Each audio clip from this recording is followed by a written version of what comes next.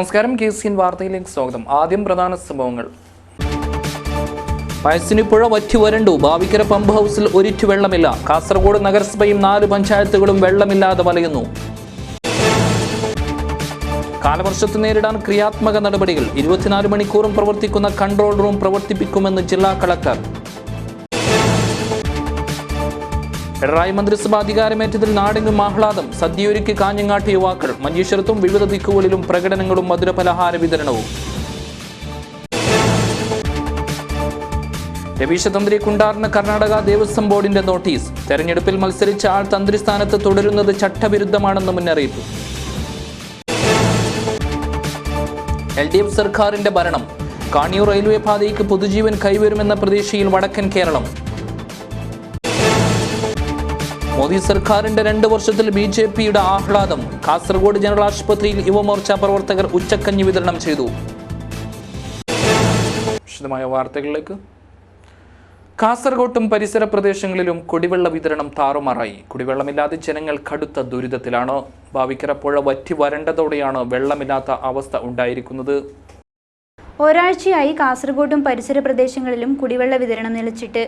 ബാവിക്കരയിലെ കിണറ്റിൽ വെള്ളം വറ്റിയതിനാൽ water authority വെള്ളം പമ്പ് ചെയ്യാൻ പറ്റാത്തതാണ് ജലക്ഷാമം നേരിടാൻ കാരണം.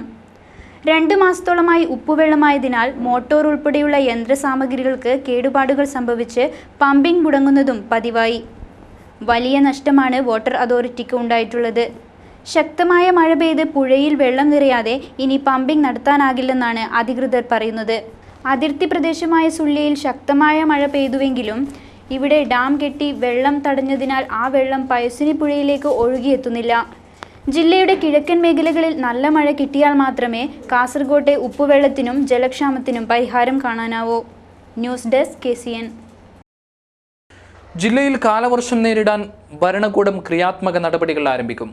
ഇതിന്റെ ഭാഗമായി 24 മണിക്കൂറും പ്രവർത്തിക്കുന്ന കൺട്രോൾ റൂം തുറക്കുമെന്ന് ജില്ലാ കളക്ടർ E. ദേവദാസൻ അറിയിച്ചു. കേരളത്തിൽ ജൂൺ ആദ്യവാരം കാലവർഷം എത്തുമെന്ന കാലാവസ്ഥാ നിരീക്ഷണ കേന്ദ്രത്തിലെ ഉദ്യോഗസ്ഥരുടെ പ്രവചനം വന്ന സ്ഥിതിക്ക് ജില്ലയിലും കാലവർഷം നേരിടാൻ വിപുലമായ ഒരുക്കം തുടങ്ങി. നാശവും ആളപായവും ഒഴിവാക്കാൻ ജില്ലാ ഭരണകൂടം മുന്നൊരുക്കം എന്ന നിലയിൽ വിവിധ പരിപാടികളാണ് ആസൂത്രണം ചെയ്തിരിക്കുന്നത്. മെയ് 28 മുതൽ കളക്ട്രേറ്റിൽ കൺട്രോൾ റൂം പ്രവർത്തനം ആരംഭിക്കും.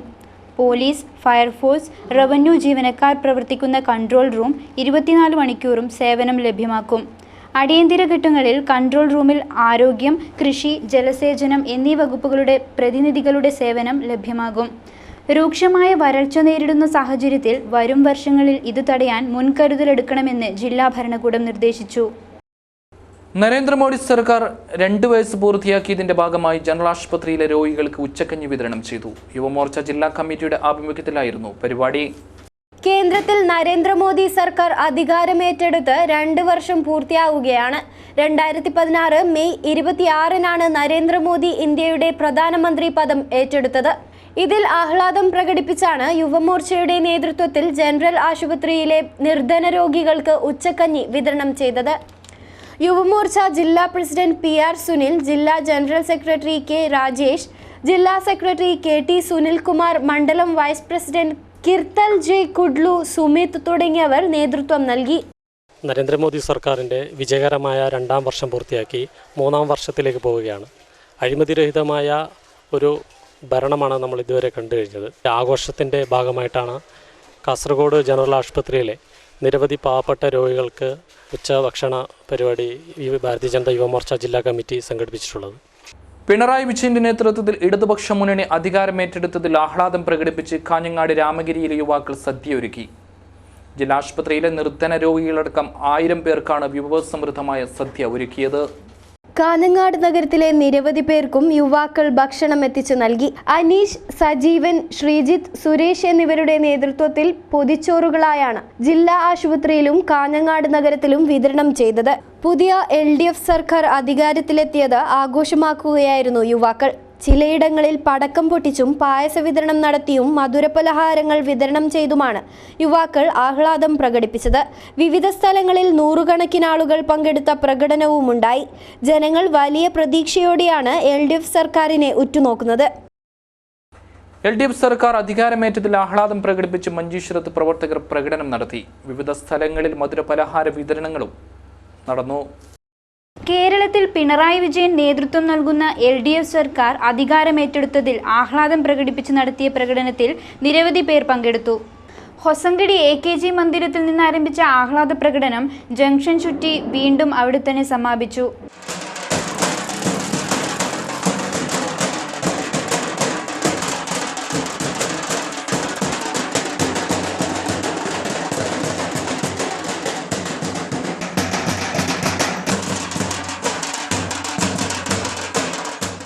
LDF നേതാക്കളായ KR ജയാനന്ദ, VP രാജൻ, മുസ്തഫ കടമ്പാർ, അഷ്റഫ് കുഞ്ചത്തൂർ, ദയാകർ മാട തുടങ്ങിയവർ നേതൃത്വം നൽകി. കാഞ്ഞങ്ങാട് നഗരത്തിൽ നിർത്തിവെച്ച KSTP റോഡ് പണിക്ക് തുടക്കമായി. കാഞ്ഞങ്ങാട് സൗത്തിൽ നിന്നാണ് പ്രവൃത്തി ആരംഭിച്ചത്. കാഞ്ഞങ്ങാട് നഗരത്തിൽ നിർത്തിവെച്ച KSTPയുടെ റോഡ് പണി പുനരാരംഭിച്ചു. തർക്കങ്ങളെ തുടർന്ന് KSTP റോഡ് പണി താൽക്കാലികമായി നിർത്തിവെക്കുകയായിരുന്നു. KSTPയുടെ ചീഫ് എഞ്ചിനീയറെ മാറ്റി പുതിയയാളെ നിയമിച്ചുകൊണ്ടാണ് റോഡ് പണി ആരംഭിച്ചിരിക്കുന്നത്. കാഞ്ഞങ്ങാട് സൗത്ത് മുതലാണ് നിലവിൽ റോഡ് പണി തുടങ്ങിയിരിക്കുന്നത്. മരങ്ങളെല്ലാം വെട്ടിമാറ്റി റോഡ് പണി പാതി വഴിയിൽ നിർത്തിയതിനെതിരെ ശക്തമായ പ്രതിഷേധം ഉയർന്നു വന്നിരുന്നു. നഗരസഭാ ചെയർമാനുമായും MLAയുമായും കൊമ്പുപുറത്തിനെ തുടർന്നാണ് ചീഫ് എഞ്ചിനീയറെ സ്ഥലം മാറ്റിയിരിക്കുന്നത്. പുതിയ ചീഫ് എഞ്ചിനീയറുടെ നേതൃത്വത്തിലാണ് പണി പുനരാരംഭിച്ചിരിക്കുന്നത്. മഴക്കാലത്തിന് മുമ്പ് ഓവുചാൽ നവീകരിച്ച് പണി പുനരാരംഭിക്കാനാണ് തീരുമാനം. ഗതാഗത തടസ്സമില്ലാത്ത വിധം പ്രവൃത്തിയെടുക്കാനും നിർദ്ദേശമുണ്ട്. നിയമസഭാ തെരഞ്ഞെടുപ്പിൽ കാസർഗോഡ് മണ്ഡലത്തിൽ NDA സ്ഥാനാർത്ഥിയായി മത്സരിച്ച കുണ്ട രവീഷ് തന്ത്രിക്ക് കർണാടക ദേവസ്വം വകുപ്പിന്റെ നോട്ടീസ്. തന്ത്രി സ്ഥാനത്ത് തുടരുന്നത് ചട്ടവിരുദ്ധമാണെന്ന് ദേവസ്വം വകുപ്പ് മുന്നറിയിപ്പ് നൽകി. തെരഞ്ഞെടുപ്പിൽ സ്ഥാനാർത്ഥിയായി മത്സരിച്ചത് മുഴുവൻ സമയ രാഷ്ട്രീയ പ്രവർത്തകനാണെന്നതിന് തെളിവാണെന്നും അതിനാൽ ക്ഷേത്രത്തിൽ തന്ത്രി സ്ഥാനത്ത് തുടരുന്നത് ചട്ടവിരുദ്ധമാണെന്നും കൂട്ടിയാണ് നോട്ടീസ്. കർണാടക പുത്തൂരിലെ മാലിംഗേശ്വര ക്ഷേത്രത്തിലെ താന്ത്രിക വൃത്തിയിലുള്ള രവീശ തന്ത്രിക്ക് ക്ഷേത്രത്തിലെ എക്സിക്യൂട്ടീവ് ഓഫീസറാണ് നോട്ടീസ് നൽകിയത്. ക്ഷേത്രത്തിൽ ജോലി ചെയ്യുന്നവർ രാഷ്ട്രീയ പ്രവർത്തനത്തിൽ ഏർപ്പെടരുതെന്ന ചട്ടം ലംഘിച്ചതിനാൽ ക്ഷേത്രത്തിലെ താന്ത്രിക വൃത്തിയിൽ നിന്ന് ഒഴിവാക്കാതിരിക്കാൻ കാരണമുണ്ടെങ്കിൽ ബോധ്യപ്പെടുത്തണമെന്നാണ് അറിയിപ്പ്. എന്നാൽ നിയമസഭാ തെരഞ്ഞെടുപ്പിൽ മത്സരിച്ചതിൽ അപാകതയൊന്നുമില്ലെന്നും വക്കീൽ മുഖാന്തരം മറുപടി നൽകുമെന്നും രവീശ തന്ത്രി അറിയിച്ചു. LDF സർക്കാർ അധികാരത്തിൽ വന്നതോടെ കാഞ്ഞങ്ങാട് കാണിയൂർ റെയിൽവേ പാതയ്ക്ക് പുതുജീവൻ കൈവരുമെന്ന പ്രതീക്ഷയിലാണ് വടക്കൻ കേരളം. മൊത്തം 91 കിലോമീറ്ററാണ് പാതയുടെ ദൈർഘ്യം. സർവേ നടപടി പൂർത്തിയായ കാണിയൂർ പാത പദ്ധതിയുടെ പകുതി വിഹിതം സംസ്ഥാന സർക്കാർ വഹിക്കണമെന്നതാണ് കേന്ദ്ര സർക്കാർ തീരുമാനം. എന്നാൽ കഴിഞ്ഞ സർക്കാർ ഈ തീരുമാനം അംഗീകരിക്കാത്തതിനാലാണ് പദ്ധതി കടലാസിൽ ഒതുങ്ങിയത്. LDF സർക്കാർ വീണ്ടും അധികാരത്തിലെത്തിയതോടെയാണ് പാതയ്ക്ക് പുതുജീവൻ വെക്കുന്നത്. P കരുണാകരൻ MP ആയതോടെയാണ് പാതയുടെ സാധ്യത മനസ്സിലാക്കി 1ാം UPA സർക്കാരിൽ സമ്മർദ്ദം ചെലുത്തി സർവേ അനുമതി നേടുന്നത്. 2006 LDF മന്ത്രിസഭയുടെ കാലത്ത് പാതയ്ക്ക് കേരളത്തിലൂടെ കടന്നുപോകുന്ന പ്രദേശത്തെ ഭൂമി ഏറ്റെടുത്ത് നൽകാമെന്ന് കേന്ദ്ര റെയിൽവേ മന്ത്രാലയത്തിന് രേഖാമൂലം ഉറപ്പു നൽകി. തുടർന്നാണ് സർവേ നടപടി തുടങ്ങിയത്. കാഞ്ഞങ്ങാട് മുതൽ പാണത്തൂർ വരെയുള്ള 1ാം ഘട്ട സർവേയാണ് ആദ്യം പൂർത്തിയായത്. പ്രവർത്തനങ്ങളെ സഹായിക്കാൻ പാത കടന്നുപോകുന്ന പഞ്ചായത്തുകളിൽ പ്രസിഡന്റുമാരുടെ നേതൃത്വത്തിൽ കർമ്മസമിതി രൂപീകരിച്ച് ആവശ്യമായ സഹായവും നൽകി. ഇങ്ങനെയൊക്കെയാണെങ്കിലും പുതിയ LDF സർക്കാർ അധികാരത്തിൽ വന്നതോടെ പാതയുടെ കാര്യത്തിൽ അനുകൂല തീരുമാനമുണ്ടാകുമെന്നാണ് പ്രതീക്ഷ. കാസർഗോഡ് താലൂക്ക് ലൈബ്രറി കൗൺസിൽ സംഗമം സംഘടിപ്പിച്ചു. ഗ്രന്ഥശാലകളുടെ പ്രവർത്തനം സജീവമാക്കുക എന്ന ലക്ഷ്യത്തോടെയാണ് ഗ്രന്ഥശാല പ്രവർത്തകരുടെ സംഗമം ഒരുക്കിയത്. വ്യാഴാഴ്ച ഉച്ചയ്ക്ക് 2 മണിക്ക് കാസർഗോഡ് ഗവൺമെന്റ് ഗസ്റ്റ് ഹൗസിൽ ചേർന്ന സംഗമം PVK പനയാൽ ഉദ്ഘാടനം ചെയ്തു. ഇവിടെ ജില്ലാ ലൈബ്രറി കൗൺസിൽ, സംസ്ഥാന ലൈബ്രറി കൗൺസിലൊക്കെ ചില നിർദ്ദേശങ്ങൾ നമ്മുടെ മുമ്പിൽ വെച്ചിട്ടുണ്ട്. അത്തരം പ്രവർത്തനങ്ങളിലൂടെ പോവുകയും ആ നിർദ്ദേശങ്ങളിൽ അടങ്ങിയിരിക്കുന്ന വസ്തുത എന്താണ് എന്ന് മനസ്സിലാക്കി അതിനപ്പുറത്തേക്ക് സഞ്ചരിക്കാൻ ശ്രമിക്കുമ്പോൾ മാത്രമേ ഒരു നല്ല മനുഷ്യകുലം ഈ ഗ്രന്ഥശാലകളിൽ നിന്ന് പിറവികൊള്ളുകയുള്ളൂ. അപ്പൊ അത് ഒരു തീർച്ചയായിട്ടും അത്യന്താപേക്ഷിതമായ ഒരു കാര്യമാണ്. കാരണം നമ്മുടെ സമൂഹം വളരെ വളരെ മലീമസമായിക്കൊണ്ടിരിക്കുകയാണ്. രാഘവൻ വലിയ വീട് അധ്യക്ഷത വഹിച്ചു. കേരള സ്റ്റേറ്റ് ലൈബ്രറി കൗൺസിലിന്റെ അടിസ്ഥാന ഘടകമായ ഗ്രന്ഥശാലകളുടെ പ്രവർത്തനം സജീവമാക്കുകയും കൗൺസിൽ നടപ്പാക്കുന്ന വികസന പ്രവർത്തനങ്ങൾ മുഴുവൻ ജനങ്ങൾക്കും പ്രയോജനപ്പെടുത്തുകയും വേണമെന്ന വ്യക്തമായ ലക്ഷ്യബോധത്തോടെയാണ് ലൈബ്രറി കൗൺസിൽ മുന്നോട്ടു പോകുന്നത്. അതുകൊണ്ട് ഗ്രന്ഥശാല പ്രവർത്തകരുടെ അഭിപ്രായങ്ങൾക്കും നിർദ്ദേശങ്ങൾക്കും കാര്യമായ പരിഗണന നൽകിയാണ് 5ാം ലൈബ്രറി കൗൺസിൽ തെരഞ്ഞെടുപ്പിലൂടെ തെരഞ്ഞെടുക്കപ്പെട്ട കൗൺസിലർമാർ സംഗമത്തിൽ പങ്കെടുത്തത്. തലമുടി മാലിന്യങ്ങൾ സംസ്കരിക്കാൻ ശാസ്ത്രീയ മാർഗങ്ങൾ ഒരുക്കി കാഞ്ഞങ്ങാട് സ്വാമി നിത്യാനന്ദ എഞ്ചിനീയറിംഗ് കോളേജിലെ വിദ്യാർത്ഥികൾ. മാലിന്യ സംസ്കരണത്തിന് പുത്തൻ സാങ്കേതിക വിദ്യയാണ് വിദ്യാർത്ഥികൾ അവതരിപ്പിച്ചിരിക്കുന്നത്. ബാർബർ ഷോപ്പിൽ നിന്നും പുറന്തള്ളുന്ന തലമുടി മാലിന്യങ്ങൾ കോൺക്രീറ്റിന് ഉപയോഗിക്കാവുന്ന പുത്തൻ സാങ്കേതികവിദ്യയുമായി എഞ്ചിനീയറിംഗ് വിദ്യാർത്ഥികൾ രംഗത്ത് വന്നു. കാഞ്ഞങ്ങാട് സദ്ഗുരു സ്വാമി നിത്യാനന്ദ ഇൻസ്റ്റിറ്റ്യൂട്ട് ഓഫ് ടെക്നോളജിയിലെ അവസാന വർഷ സിവിൽ എഞ്ചിനീയറിംഗ് വിദ്യാർത്ഥികളാണ് പുത്തൻ സാങ്കേതികവിദ്യയുമായി രംഗത്തെത്തിയത്. കോൺക്രീറ്റിൽ ഉപയോഗിക്കാവുന്ന ജില്ലിക്ക് പകരം തലമുടി മാലിന്യവും ചിരട്ടയും കൊണ്ടുള്ള പരീക്ഷണമാണ് വിദ്യാർത്ഥികൾ അവതരിപ്പിച്ചത്. ഏറെ പ്രതീക്ഷ ഉണർത്തുന്ന പുതിയ ഫോർമുല പ്രകാരം ജില്ലിക്ക് പകരം തലമുടിയും ചിരട്ടയും ഉപയോഗിച്ച് കോൺക്രീറ്റ് ബ്ലോക്കുകൾ ഉണ്ടാക്കുകയാണ് ചെയ്യുന്നത്. ശാസ്ത്രീയമായ പരീക്ഷണങ്ങൾക്ക് വിധേയമാക്കിയപ്പോൾ സ്വാഭാവികമായ കോൺക്രീറ്റിന് തുല്യമായ ബലവും ഉറപ്പും കണ്ടെത്താൻ കഴിഞ്ഞതായി കുട്ടികൾ പറഞ്ഞു.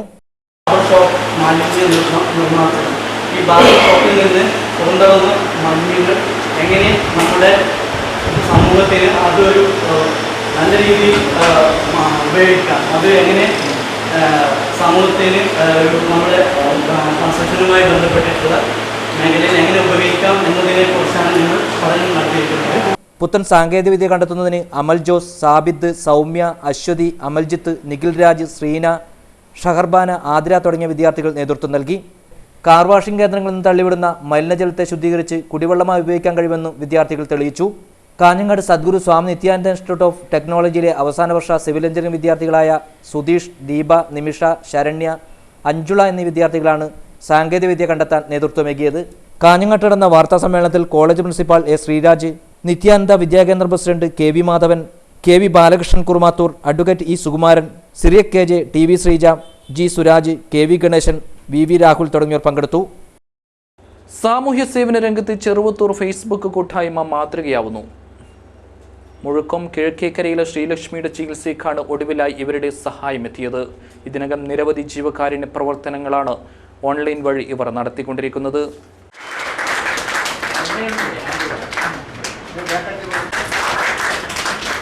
പഞ്ചായത്ത് ഹാളിൽ നടന്ന ചടങ്ങിൽ പ്രസിഡന്റ് മാധവൻ മണിയറ സൈക്കിൾ വിതരണം നിർവഹിച്ചു.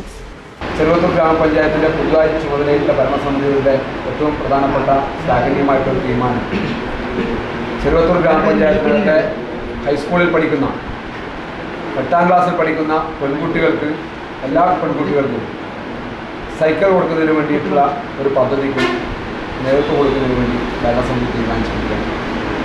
അങ്ങനെ ആയിക്കഴിഞ്ഞാൽ പ്രത്യേകിച്ച് പട്ടികവർഗ വിദ്യാർത്ഥികൾക്ക് കൊടുക്കുന്നതോടൊപ്പം തന്നെ നമ്മുടെ പഞ്ചായത്തിനകത്തെ 8ാം ക്ലാസ്സിൽ പഠിക്കുന്ന കുട്ടികൾക്ക് തുടർന്നും എല്ലാ വർഷവും ഒരു തുടർച്ചയായി സൈക്കിൾ വിതരണം നൽകി കഴിഞ്ഞാൽ, പ്രത്യേകിച്ചും വനിതാ ഘടക പദ്ധതിയിൽ ഉൾപ്പെടുത്തിക്കൊണ്ടും സ്ത്രീ ശാക്തീകരണത്തിൽ എന്താണോ അർത്ഥമാക്കുന്നത് അത് അന്വർത്ഥമാക്കുന്ന രീതിയിലേക്ക് ഒരു സ്വയം പര്യാപ്തത കായിക രംഗത്തും അതുപോലെ തന്നെ സൈക്ലിംഗ് ഒരു.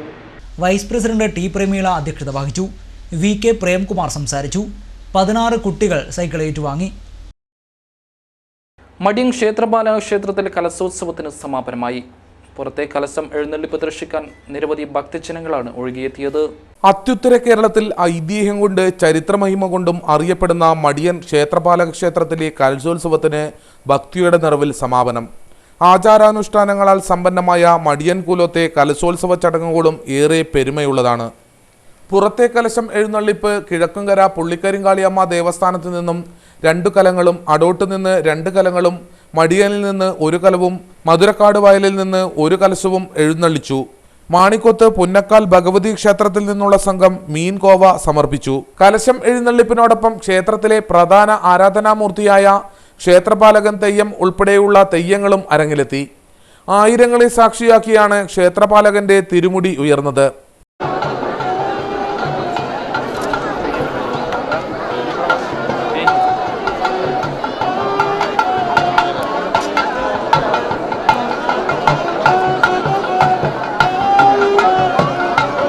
നടയിൽ ഭഗവതി, കാളരാത്രിയമ്മ തെയ്യങ്ങളും അരങ്ങിലെത്തി. സനമായി പ്രധാന വാർത്തകൾ വീണ്ടും. പയസ്സിനി പുഴ വറ്റി വരണ്ടു. ബാവിക്കര പമ്പ് ഹൗസിൽ ഒരിറ്റു വെള്ളമില്ല. കാസർഗോഡ് നഗരസഭയും 4 പഞ്ചായത്തുകളും വെള്ളമില്ലാതെ വലയുന്നു. കാലവർഷത്തെ നേരിടാൻ ക്രിയാത്മക നടപടികൾ. 24 മണിക്കൂറും പ്രവർത്തിക്കുന്ന കൺട്രോൾ റൂം പ്രവർത്തിപ്പിക്കുമെന്ന് ജില്ലാ കളക്ടർ. പിണറായി മന്ത്രിസഭ അധികാരമേറ്റതിൽ നാടെങ്ങും ആഹ്ലാദം. സദ്യയൊരുക്കി കാഞ്ഞങ്ങാട്ട് യുവാക്കൾ. മഞ്ചേശ്വരത്തും വിവിധ ദിക്കുകളിലും പ്രകടനങ്ങളും മധുരപലഹാര വിതരണവും. രവീശ തന്ത്രി കുണ്ടാറിന് കർണാടക ദേവസ്വം ബോർഡിന്റെ നോട്ടീസ്. തെരഞ്ഞെടുപ്പിൽ മത്സരിച്ച ആൾ തന്ത്രി സ്ഥാനത്ത് തുടരുന്നത് ചട്ടവിരുദ്ധമാണെന്ന് മുന്നറിയിപ്പ്. LDF സർക്കാരിന്റെ ഭരണം. കാണിയൂർ റെയിൽവേ പാതയ്ക്ക് പുതുജീവൻ കൈവരുമെന്ന പ്രതീക്ഷയിൽ വടക്കൻ കേരളം. മോദി സർക്കാരിന്റെ 2 വർഷത്തിൽ BJPയുടെ ആഹ്ലാദം. കാസർഗോഡ് ജനറൽ ആശുപത്രിയിൽ യുവമോർച്ച പ്രവർത്തകർ ഉച്ചക്കഞ്ഞി വിതരണം ചെയ്തു. ഈ വാർത്താ ബുള്ളറ്റിൻ ഇവിടെ പൂർണ്ണമാവുന്നു. നമസ്കാരം.